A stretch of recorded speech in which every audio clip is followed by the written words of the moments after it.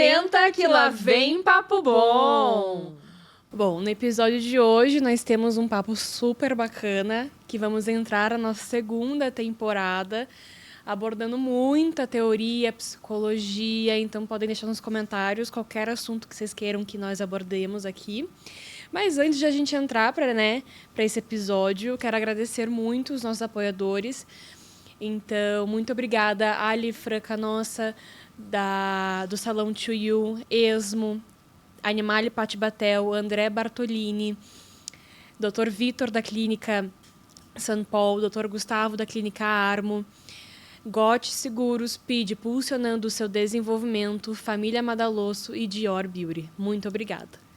É sempre uma alegria, né, ter apoiadores desse nível assim com a gente, acreditarem no nosso projeto mesmo em si, né? A segunda temporada ela vai vir marcada agora de um pouco mais desse intimismo que vai ser eu e você aqui. E de uma psicologia descomplicada, eu acho, né? Falar um pouco mais, desmistificar um pouco mais, trazer um pouco da parte técnica, mas de uma maneira mais leve, mais simples mesmo, sem deixar de ser responsável, afinal de contas, é um lugar de muita responsabilidade e de muito cuidado também, já que a gente está falando de desenvolvimento humano. E quando a gente fala de desenvolvimento humano, a gente está falando de pessoas, está falando de uma complexidade, de subjetividade e de fragilidades, sobretudo. Então, por favor, ajudem a propagar isso tudo, clicando aí e seguindo a página, seguindo o YouTube, deixando as notificações ativadas para que vocês também estejam sempre nos acompanhando e divulgando isso para mais e mais pessoas se beneficiarem. Afinal de contas, hoje nós vamos falar, inclusive, sobre isso. Quantos equívocos existem por trás do ser psicólogo, do atuar como psicólogo e do fazer terapia também, porque nasce um psicólogo, é porque geralmente veio de um paciente, não é que nasce. Já veio de um paciente. A minha história mesmo é essa, Sim. né? Então, se você não foi paciente e é psicólogo, pare e pense que está na hora de ser paciente. Porque a psicologia não é quem vai te ajudar como estudante, ela vai te ajudar como paciente, né? É o que eu mais escuto, pessoas que vão fazer faculdade porque querem resolver os próprios problemas. Escutei muito isso na faculdade, né? Muito. Porque toda vez, começo do semestre, a pergunta que muitos professores fazem é essa, né? Por que você escolheu psicologia como universidade, como profissão? E a grande maioria, ousaria dizer assim, 70% das pessoas que estão em sala, elas falam para me conhecer melhor ou para resolver questões minhas, né? Questões com mãe, com pai, com aquela coisa toda. E esse é um equívoco absurdo, assim, porque esse não é um lugar da faculdade. Né? A faculdade é para ela te trazer conhecimento técnico. O que vai te trazer autoconhecimento, autodesenvolvimento, uma melhor compreensão da própria história é estar do outro lado da psicologia, é estar no lado do paciente. Então, se colocar nesse lugar, muitas vezes até de fragilidade, porque é o que muitas vezes as pessoas sentem, né, quando elas procuram um psicólogo, mas eu vou lá falar de mim para uma pessoa que eu não conheço. Será que a pessoa não vai contar sobre mim por aí? Perguntas assim, né? E pior, o melhor é isso. Você falar tudo para alguém que não te conhece. Porque daí não tem julgamentos. A pessoa está ali realmente só para te escutar, nada mais. Não conhece você, não vai sair da lista e a garantia disso. Existe um combinado quando nós nos formamos em psicologia que nós devemos respeitar o nosso paciente de maneira ética e sigilosa. Então, todo aquele conteúdo que está sendo trabalhado, falado, dito, olhado dentro do consultório, ele deve ficar dentro do consultório. Não só por respeito à pessoa que nos confiou tal intimidade, mas até pela nossa própria saúde como pessoa, porque nós não somos só psicólogos, nós também somos mãe, pai, irmão, amigo, e eu não tenho como ficar levando o conteúdo de tanta gente assim para a minha vida, porque eu vou ficar adoecida. Né? Porque, afinal de contas, eu ainda não conheci ninguém que procure um psicólogo dizendo que está tudo bem, está tudo certo, eu vim aqui só para dizer que a vida é ótima. Né? Geralmente, as pessoas, quando elas procuram... Eu gosto até de lembrar, assim, quando eu tinha o consultório físico e as pessoas chegavam no meu consultório, na recepção, e eu, como é que você está? E a pessoa, tudo bem. Era impressionante, era só entrar dentro da sala mesmo, da terapia, né? Sair da recepção Entrar na sala para a pessoa dizer assim, ai, hoje eu não tô legal. Nossa, essa semana foi muito assim. Ela já entrava dentro do próprio conteúdo. Então, é tão interessante. Isso mostra muito quanto a gente se contém formalmente, né? Aí fora. Claro, você não vai sair no mercado falando para a moça do caixa, ai, hoje o dia tá difícil. Hoje... Você vai segurar e vai dizer, ai, tá tudo bem. Ou vai ficar com a sua, né? Vai ficar fechado ali no seu conteúdo, na sua história, nas suas coisas. Então, é muito interessante isso, né? E essa conexão também é importante ter, né? Do paciente realmente sentir automaticamente, quando entra no setting terapêutico, ali dentro do consultório, de que ali ele pode dizer, essa semana foi isso, ou nossa, tive tal insight, ou sabe, muito difícil para mim em tal parte, ou a pessoa já começa a chorar até às vezes, né? Eu já tive caso em consultório da pessoa, quando ela entrar, ela imediatamente começa a chorar, porque ela estava segurando aquela angústia ali até aquele momento em que talvez ela tenha se sentido segura, né? Aquela pessoa tenha se sentido segura para deixar vir tudo aquilo que estava preso. Então, é super importante que você pessoa, né, saiba que dentro de um consultório é um lugar seguro e que o fato dessa pessoa não te conhecer, que o fato dessa pessoa não ter um sentimento desenvolvido profundo por você, torna ela uma pessoa muito imparcial para conseguir te ajudar a enxergar coisas que talvez você não consiga, que teus familiares não consigam, que teus amigos não consigam. E também é importante lembrar que terapia é diferente de efeito terapêutico. São coisas que caminham juntas, mas que não necessariamente estão juntas, né?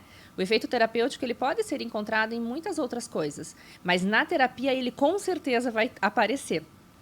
E a terapia ela é mais profunda do que o efeito. O efeito, como já se diz, é como um remédio para dor de cabeça. Ele tem um tempo para acontecer, mas ele não aprofunda e não desenvolve, não organiza muitas coisas.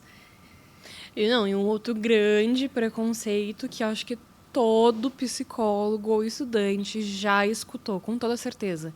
Não vou fazer terapia, não sou louco?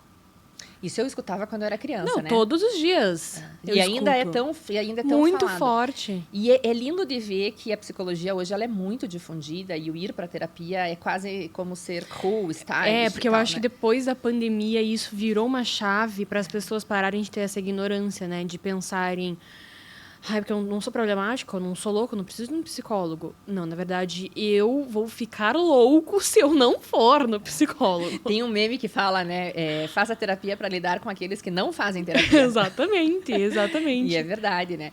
E então, assim, quando a gente pensa em escolher essa profissão ela precisa ser escolhida pensando no sentido da profissão, no sentido do que eu quero para a minha vida, no quanto eu estou disponível a estar para o outro, né? No quanto eu consigo lidar com dificuldades alheias, no quanto eu consigo gerir a minha empatia. São respostas difíceis. Eu mesma, quando eu fui estudar psicologia, não me fiz essas perguntas e nem parei para observar isso e fui uma das alunas que pensava assim, eu estou estudando psicologia porque eu quero ajudar outras pessoas. E ajudar é um conceito complexo e vago e particular, porque cada um de nós vai ter uma ideia do que é ajuda, né? Então, uns acham que ajudar é fazer pelo outro. E outros acham que ajudar é fazer por, né? Pela outra, por alguém, né? Pelo e por. E eu acho, hoje, mais do que nunca, que ajudar é diferente de auxiliar. Então, auxiliar é mais inteligente, porque auxiliar eu estou do lado indo junto, nunca largando e nem nunca pegando só para mim. Então, se eu fosse olhar para hoje, o porquê eu decidi ser psicóloga, não é para auxiliar outras pessoas. É para me realizar naquilo que eu sinto que é a minha missão de vida. Mas eu precisei passar anos estudando e também sendo paciente. Eu faço terapia, eu acho que há 20 anos eu faço terapia. Não, mãe, menos. Não, a minha primeira vez, eu vou contar uma curiosidade aqui. Primeira vez que eu fui fazer terapia, eu lembro até hoje, o nome dela era Cleia. E eu fui fazer terapia porque eu tinha pavor de falar em público. Eu já era nascida? Não, você não era nascida. Eu ainda estava no primeiro ano da faculdade de administração de empresas. Então faz mais de 20 anos. E eu fui apresentar um trabalho na aula e eu pensei que ia ter alguma coisa ali. Um treco. Meu coração disparou, minha voz sumiu, afinou, ficou esquisitíssimo e eu quase não entreguei esse trabalho. E aí eu pensei, eu preciso de ajuda? E naquela ocasião... Ainda não era falado muito sobre fazer terapia, nem nada disso. Muito pelo contrário. Ir à terapia era realmente porque eu tinha um problema muito sério emocional, né? Entraria nas categorias de louca.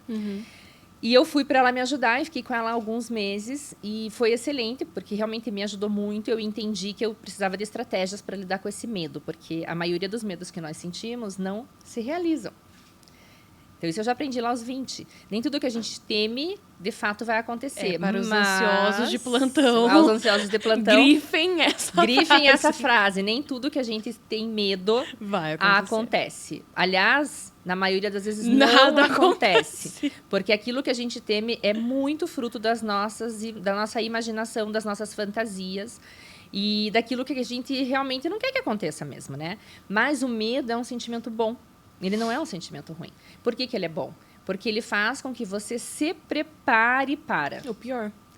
Para o pior, pode ser, ou para o melhor, né? Então, quando eu busquei auxílio, porque eu tinha medo de falar em público, eu busquei me preparar para deixar de ter medo, para fazer uma apresentação digna, né?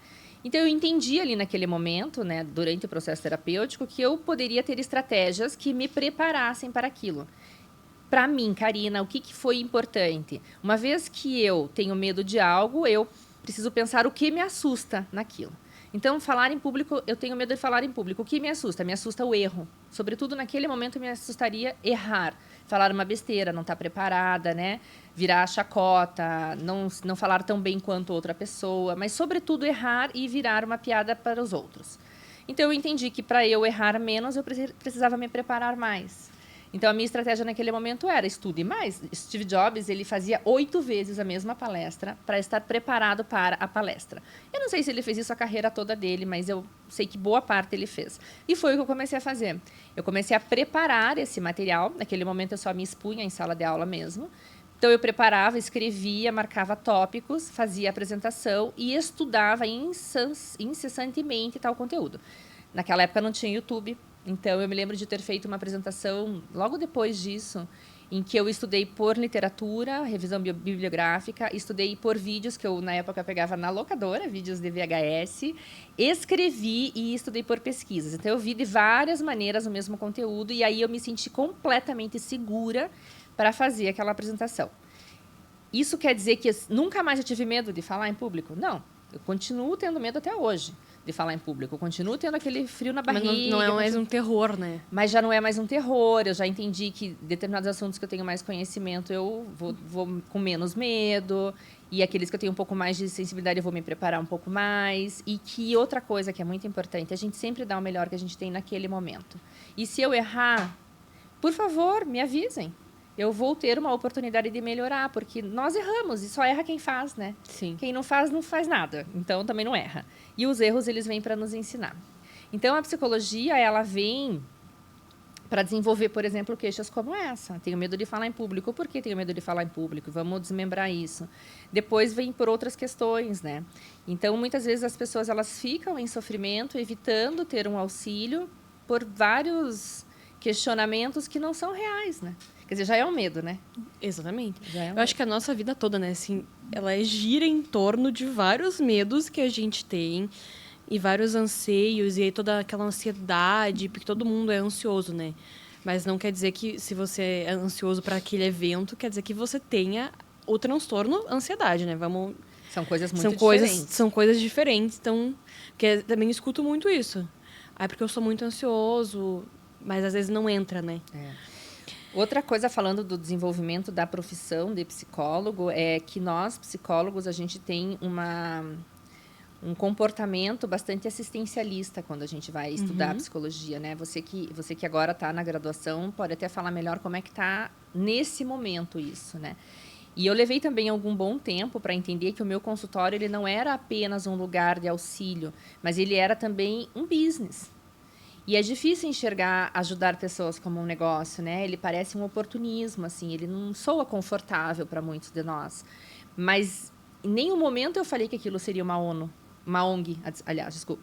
Em nenhum momento eu achei que aquilo foi pensado em ser uma ONG, né? Em ser apenas um lugar de auxílio gratuito, em que eu dou e não recebo. Não, sempre foi entendido como uma carreira.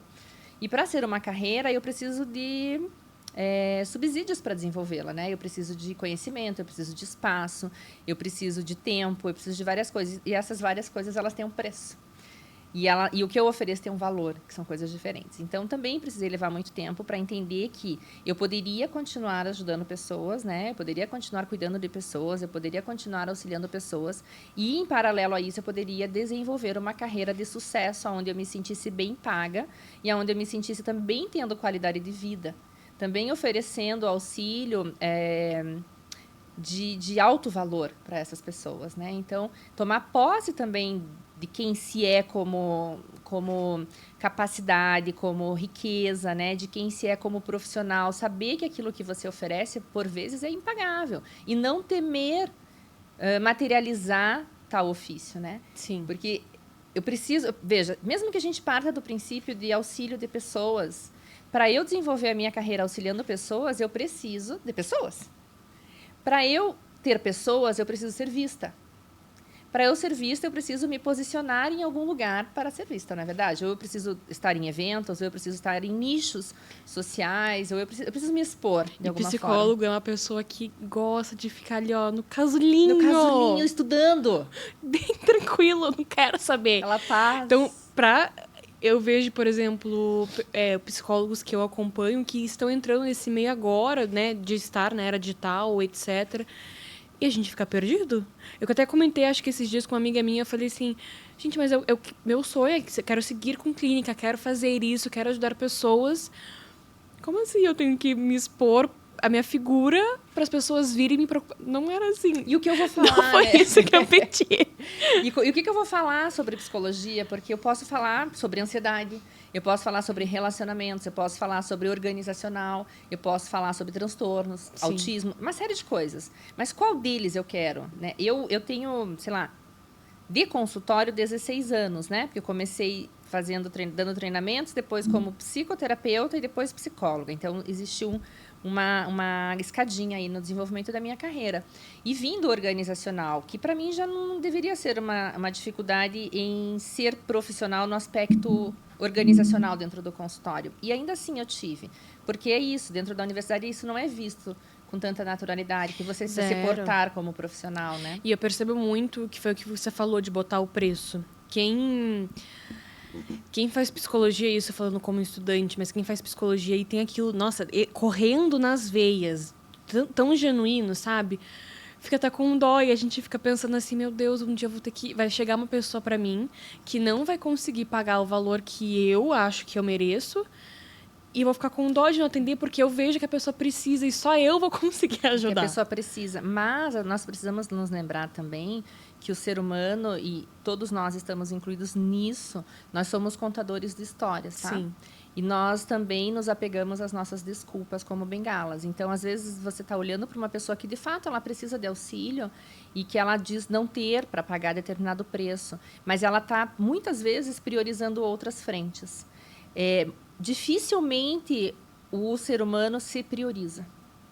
Né? Ele vai priorizar uma viagem, ou ele vai priorizar alguma coisa para um filho, ele vai priorizar uma reforma em casa, ou a troca de um carro. E vai sempre se deixando para depois, né? Sempre para depois, sempre depois. É até difícil de mensurar quanto custa se desenvolver, quanto custa aprender a lidar com as próprias dores, quanto custa você conseguir compreender a tua própria história, toda a complexidade disso. E nós que estamos do lado de cá como psicólogos, nós devemos saber que isso realmente é de um valor quase que inalcançável. Né? Quando eu consigo olhar e dizer, é por isso que eu funciono dessa maneira. Né? Então, sabendo disso, eu posso começar a fazer outros movimentos. Né? Já diz lá o ditado, né?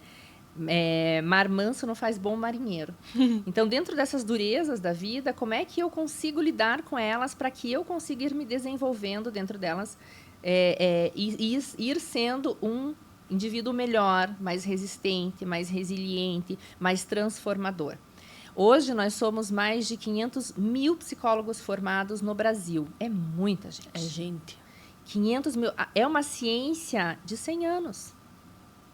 E ainda existem discussões dentro da epistemologia sobre ser ou não ser ciência. Uhum. Né? Então, olha a complexidade disso. Toda vez não. 2 vezes, 2 marcos extremamente importantes trouxeram a psicologia à tona. a Segunda Guerra Mundial, né? Quando os soldados estavam no transtorno pós-estresse, né? Por conta vindos da guerra, machucados, às vezes amputados, às vezes tiveram amigos que morreram, né? Em guerra, no fronte. A psicologia foi extremamente útil ali, e porque a psiquiatria não deu conta.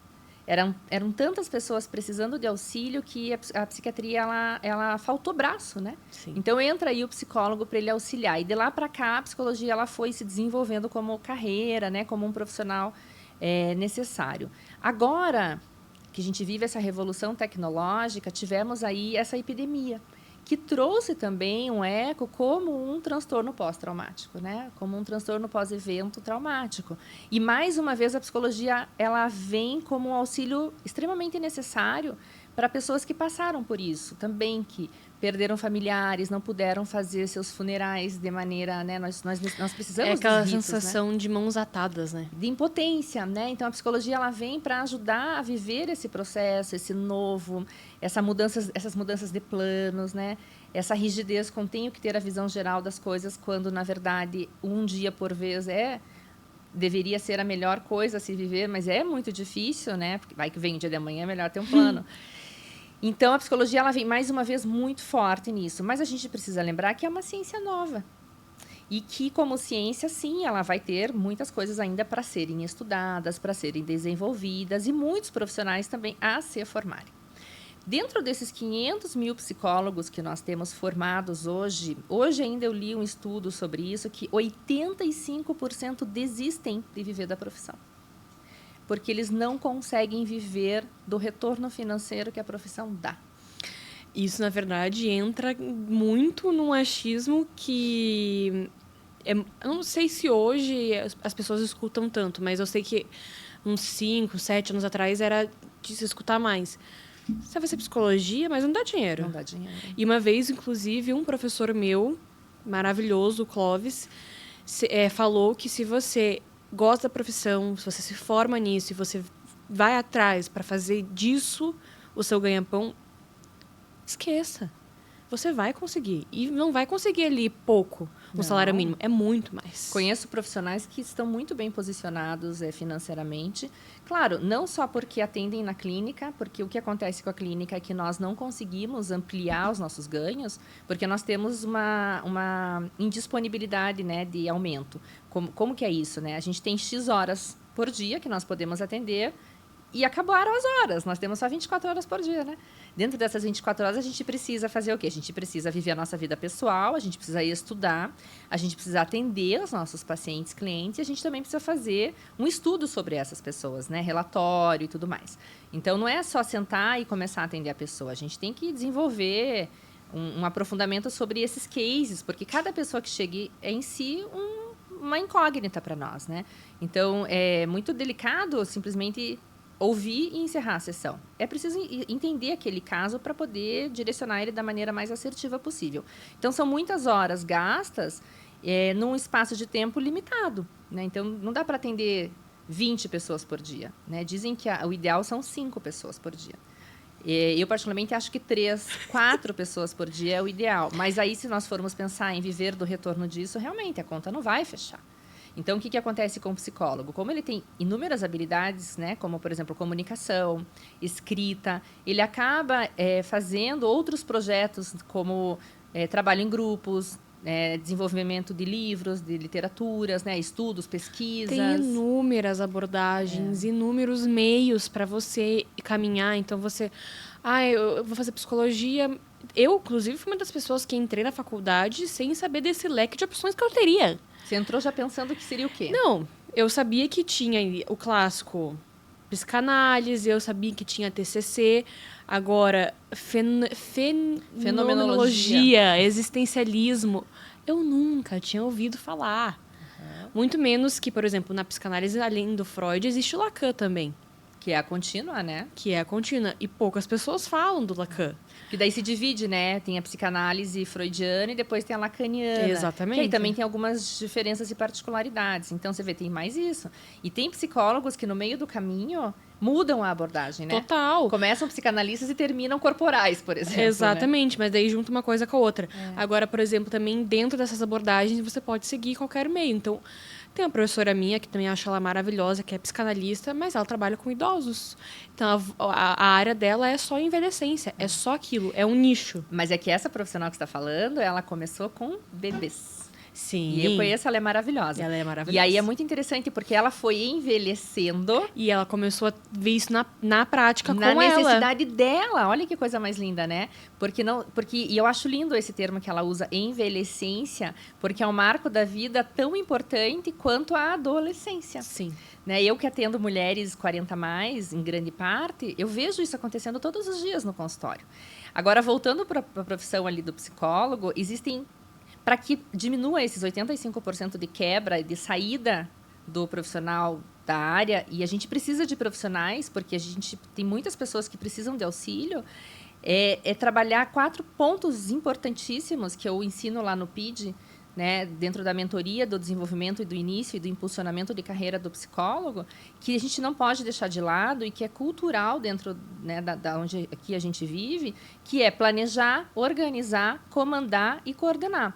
Então, se você não faz um planejamento assertivo e adequado do teu negócio, vai desandar tudo. Né? O que eu quero com isso? Para quando eu quero com isso? Quanto eu estou disposto a cobrar? Porque eu tenho um custo. Qual é o meu custo? É chato, horrível olhar para isso, planilha financeira.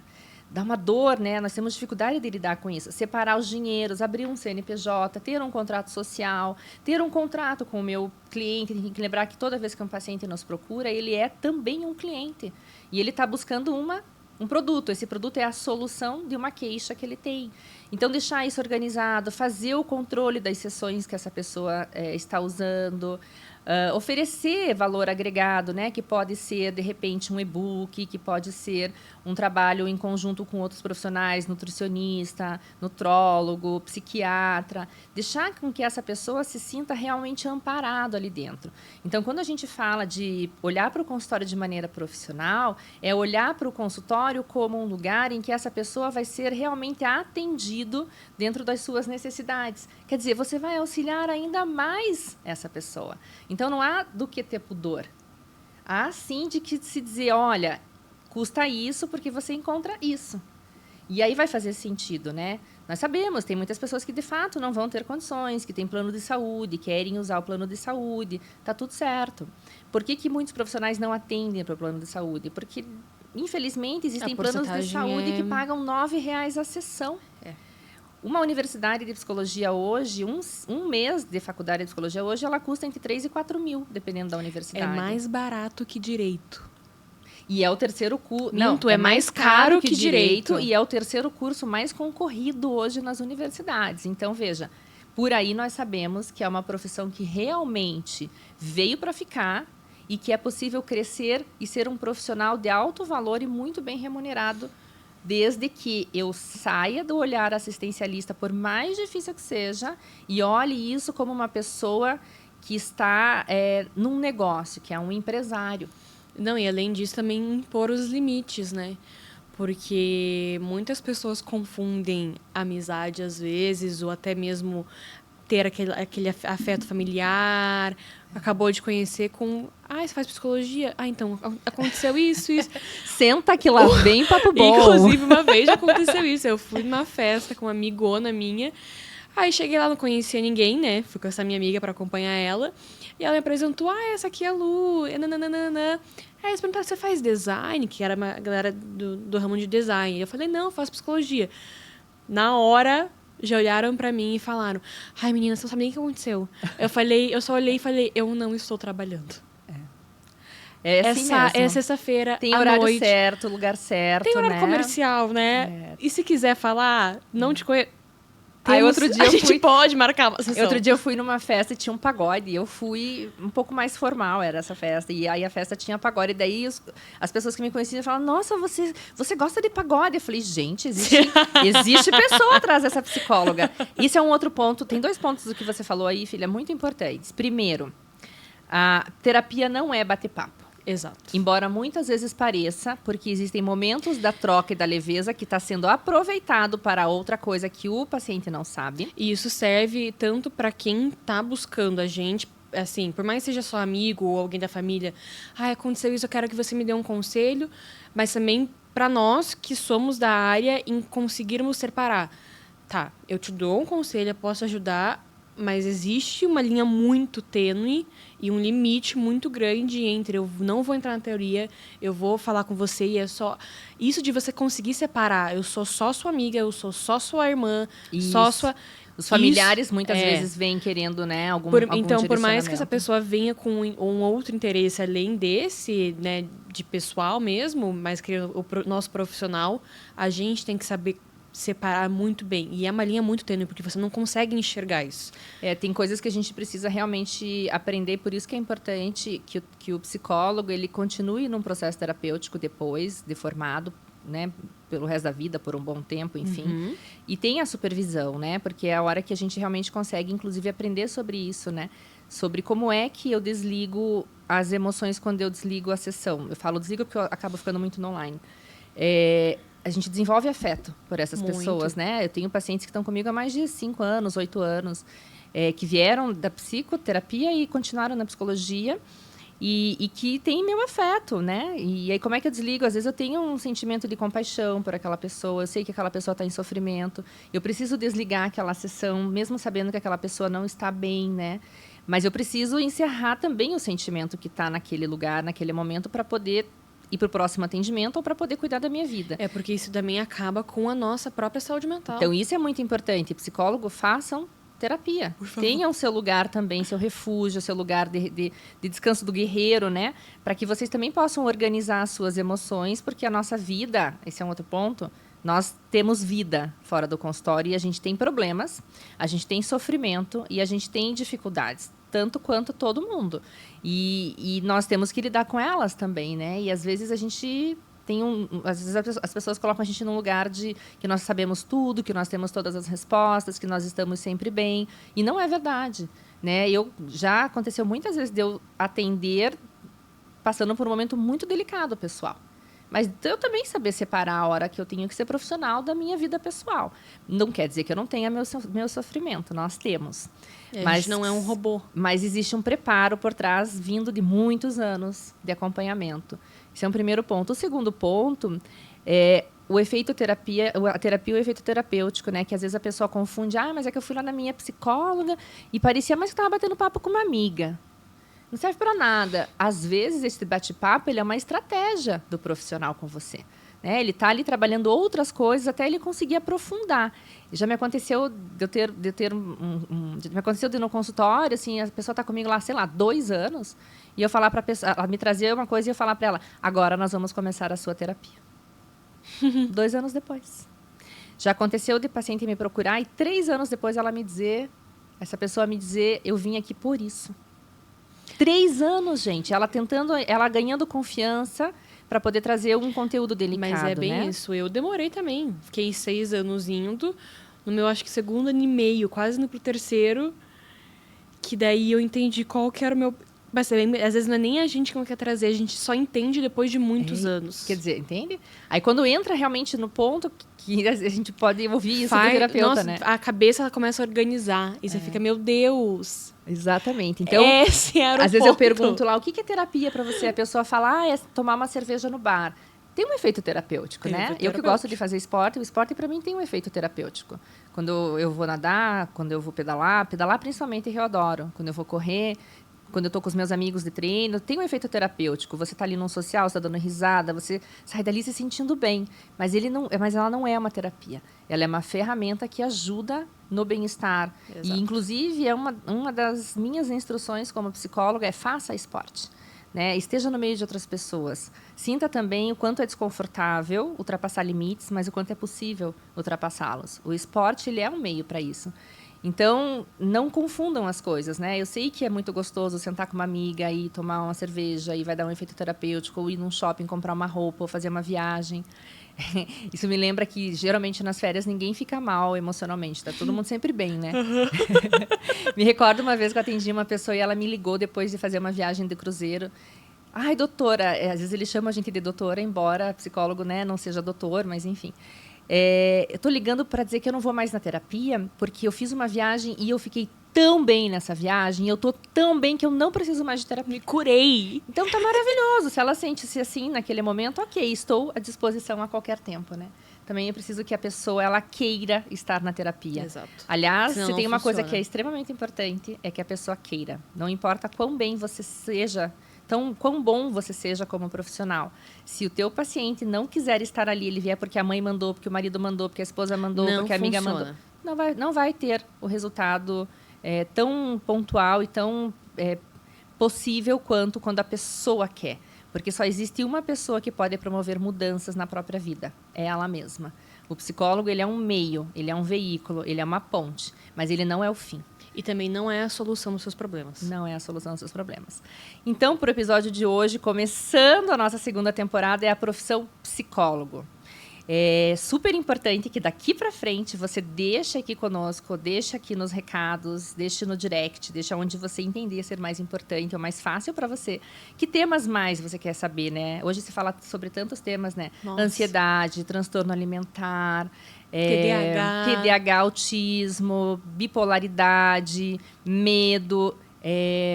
Qual que é outro que a gente falou hoje? Sobre sabotadores. Né? Nossa, é uma infinidade de emoções e de diagnósticos e de possibilidades emocionais que as pessoas vão abraçando, às vezes também pelas redes que nos diagnosticam ali de maneira muito rasa. Deixa aqui para a gente que a gente vai ficar super feliz de falar um pouco mais sobre isso para vocês. E também, mais uma vez, né, é uma forma de outras pessoas entrarem em contato com o que é realmente psicologia, de maneira descomplicada, num papo bom de uma mãe e de uma filha que tem muita paixão pelo desenvolvimento humano. É isso. Nossas redes sociais estão aqui na descrição do vídeo, junto com os nossos apoiadores e patrocinadores. Não esquece de compartilhar, de dar um like e seguir as nossas redes sociais. E é isso. Até a próxima semana. Até a próxima.